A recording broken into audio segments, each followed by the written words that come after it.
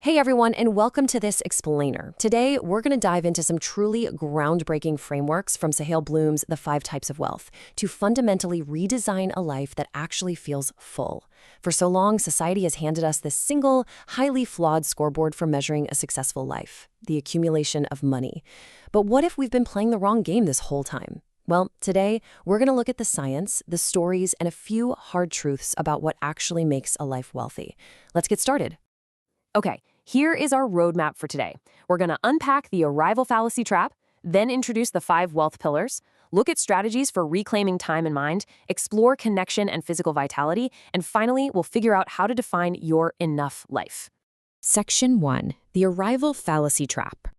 You know that invisible treadmill so many of us feel stuck on? Yeah, that's what we call the arrival fallacy. It's this incredibly seductive yet totally false assumption that reaching a specific goal, like getting that promotion, hitting a revenue target, or buying a new house, is going to magically create lasting happiness. But what actually happens, we get there, and the goalpost just immediately moves. Combine that with the Red Queen effect, a concept borrowed from Alice in Wonderland, where you literally find yourself running twice as fast just to stay in the exact same place. It brilliantly and kind of tragically illustrates the collective burnout of modern society. We are constantly sacrificing our current joy for some future destination that never seems to fulfill its promise. Moving right along to Section 2, the 5 wealth pillars. Okay, before we even touch the topic of money, I want you to ask yourself a deeply emotional question. How many times will you actually see your loved ones again? I know, it sounds a little morbid, but stick with me. This is what we call a time wealth hard reset. It's a jolt to the system meant to wake us up from living on autopilot. Because you can always make another dollar, but you can never, ever make another minute. It's terrifyingly simple math to calculate the actual time you have left with the people you care about most. Just follow this. Pick a loved one you don't see every day.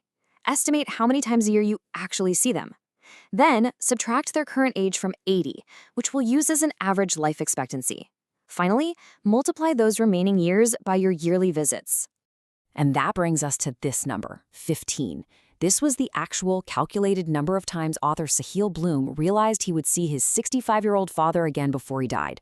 Just 15 times. When he did that simple math, it was such a profound wake-up call that he literally packed up and moved his entire family across the country just to be closer to his parents. It completely shattered how he saw his priorities. So, if financial success isn't the whole picture, what is? A truly wealthy life actually breaks down into 5 equal pillars.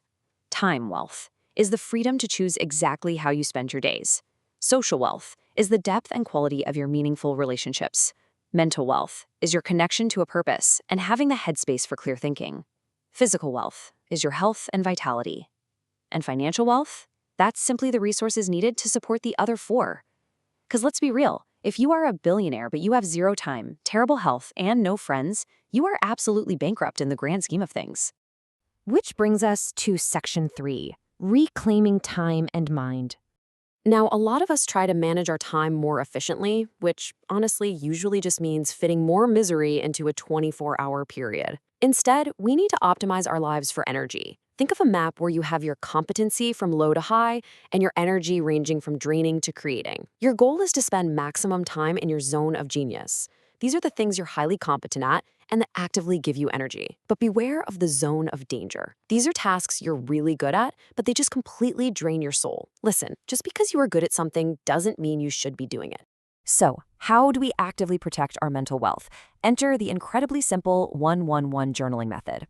Every single evening, grab a notebook. Write down 1 win from the day to acknowledge your progress, then write down 1 tension. Just get that anxiety out of your head and dump it onto the paper. Finally, write down 1 gratitude to ground yourself. The whole thing takes maybe 5 minutes tops, but it is a massive, compounding investment in your mental clarity. And all of this relies on your mindset. Nurturing a growth mindset over a fixed one is absolutely crucial. Dr. Carol Dweck's research shows us that a fixed mindset fears rejection. It's the belief that our abilities are just static, locked-in traits we're born with. A growth mindset, on the other hand, embraces failure as the ultimate learning tool. When you adopt a growth mindset, your starting circumstances do not dictate your outcomes. You become practically unstoppable because you become resilient. All right, Section 4, Connection and Physical Vitality. Look, The data here is undeniable and honestly mind-blowing. An 85-year Harvard study, literally the longest-running study on happiness ever conducted, proved that your relationship satisfaction at age 50 is the single greatest predictor of your physical health at age 80. Did you know loneliness is literally as toxic to your body as smoking? It's crazy. And when it comes to family, we really have to consider the magic years. For the first 10 years of your child's life, you are their absolute favorite person in the entire world. But after that, their world naturally expands to friends and partners. The days are long, but the years are incredibly short. Please, do not miss those magic years because you were too busy chasing a promotion. Let's talk about status for a second, because there is a stark difference between superficial bought status and deeply lasting earned status. Bought status relies on flashy symbols, expensive cars, VIP club memberships, the kind of stuff you can just swipe a credit card for. It's fleeting. It's hollow. Earned status, though, that is the true wealth that commands real, lasting respect. We're talking about a deeply loving marriage, purpose-driven work, hard-won wisdom, and true freedom of your time. If you want a full life, focus entirely on what must be earned, not what can simply be bought. And underpinning literally all of this is your physical vitality. Taking control of your movement, your nutrition, and your recovery can spark a massive transformation in your overall self-worth. Take the story of fitness coach Dan Go from the source material.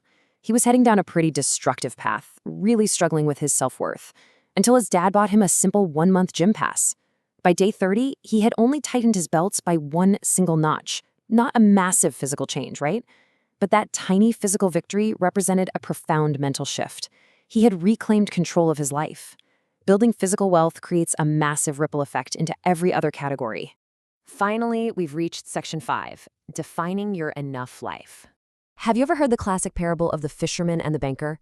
It brilliantly illustrates this whole concept. So, an investment banker visits a tropical village and tells this local fisherman he needs to scale up, build a massive fleet, move to the city, work 80 hours a week for decades, and eventually take his company public. The fisherman looks at him and asks, and then what? The banker smiles and says, well, then you can retire, move to a quiet village, sleep late, fish a little, and spend your evenings drinking wine with your family and friends.